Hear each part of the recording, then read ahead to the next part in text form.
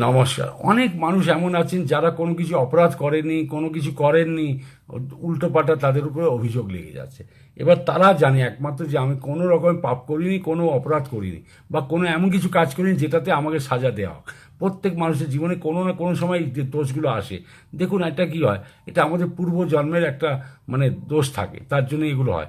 আমি আপনাকে government penalty হয়তো লেগে যাচ্ছে, কিছু এমন বেমতলবে আপনি যে ফেঁসে যাচ্ছেন, এমন ভাষণ ফেঁসে যাচ্ছেন, আপনি ভাবছেন আমি কি পাপ করলাম এমন যে আমাকে এটা হওয়া উচিত ছিল না।